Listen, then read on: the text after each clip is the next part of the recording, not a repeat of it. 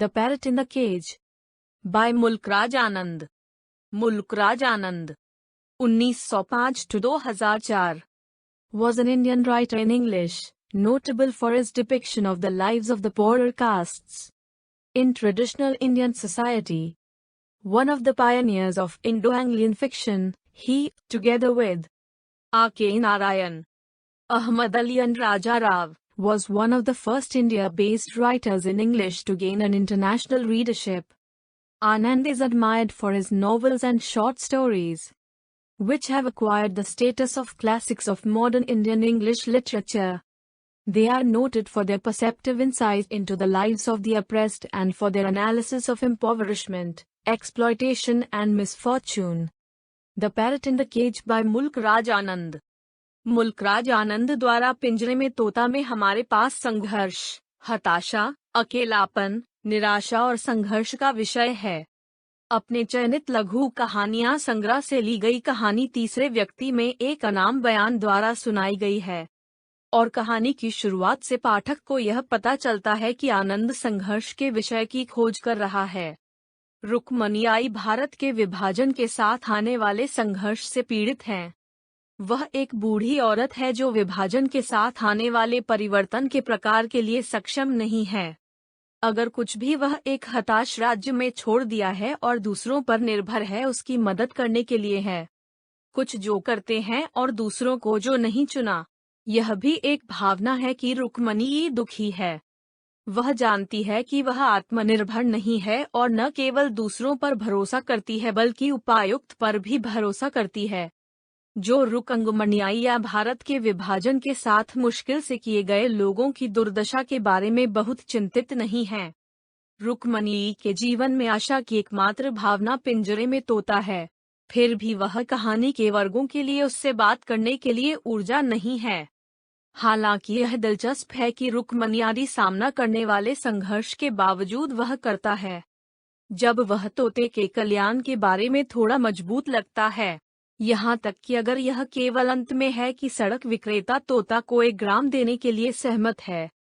तथ्य यह है कि रुक्मणी बुजुर्ग भी महत्वपूर्ण हो सकता है, क्योंकि आनंद एक बुजुर्ग चरित्र का उपयोग कर रहा है ताकि यह उजागर किया जा सके कि कुछ सबसे कमजोर उन लोगों का हिस्सा थे जिन्होंने विभाजन के दौरान कठिनाई का सामना किया था।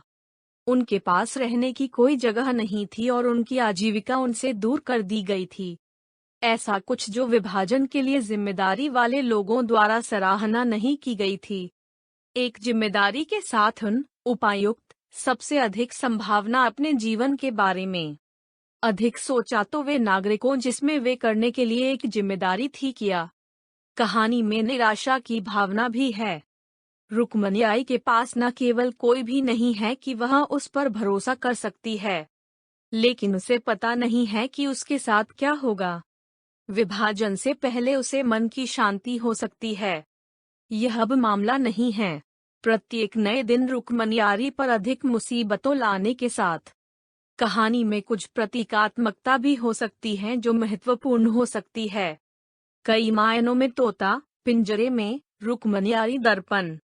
वह भी तोता की तरह जाने के लिए या किसी भी विकल्प है कि उसके जीवन में सुधार हो सकता है बिना कोई जगह के साथ फंस गया है। तथ्य यह है कि तोता रुक्मणी के दोस्तों के वाक्यांशों में से एक को बुलाता है और रुक्मणी का जवाब नहीं है। यह सुझाव दे सकता है कि यद्यपि रुक्मणी के पास एक बार दोस्त हो सकते हैं, यह अब मामला नहीं है। वे भी सभी संभावनाओं में विभाजन से प्रभावित हुए हैं।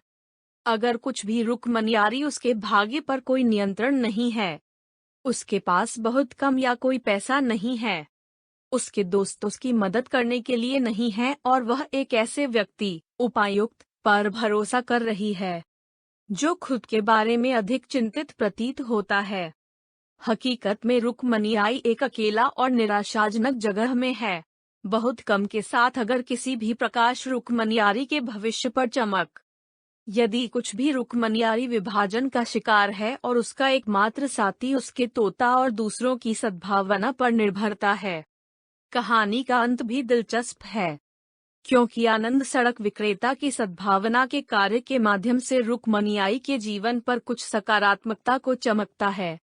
हालांकि दान का यह कार्य केवल क्षणभंगुर हो सकता है और लंबे समय तक नहीं रह सकता है। पाठक को संदेह है कि जीवन केवल रुक्मणियारी के लिए कठिन हो जाएगा के साथ उसके पास क्या हुआ है। जीवित रहने के लिए आवश्यक उपकरण नहीं है और न ही उसके पास अपने जीवन को फिर से शुरू करने के लिए आवश्यक संसाधन हैं। यह भी महत्वपूर्ण हो सकता है कि रुक्मणियाई उपायुक्त को प्रतीकात्मक रूप से देखने की कोशिश करने के बाद बेहोश हो। यह सुझाव दे सकता है कि रुक्मणियाई को आशा के अंतिम भाग से पराजित कर दिया गया है।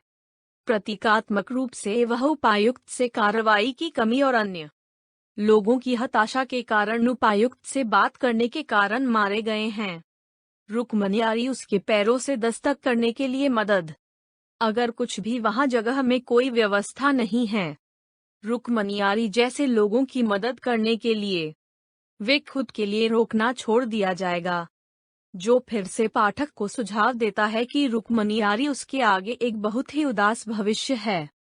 न केवल एक बाहरी संघर्ष, विभाजन है, बल्कि रुक्मणियाई के भीतर एक आंतरिक संघर्ष भी है।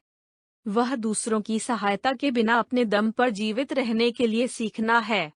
कुछ है कि एक बुजुर्ग महिला के लिए मुश्किल साबित हो सकता है। दूसरों के फैसले का रुक्मणियाई के जीवन पर कठोर और नाटकीय प्रभाव पड़ा है। सारांश का अंत। धन्यवाद।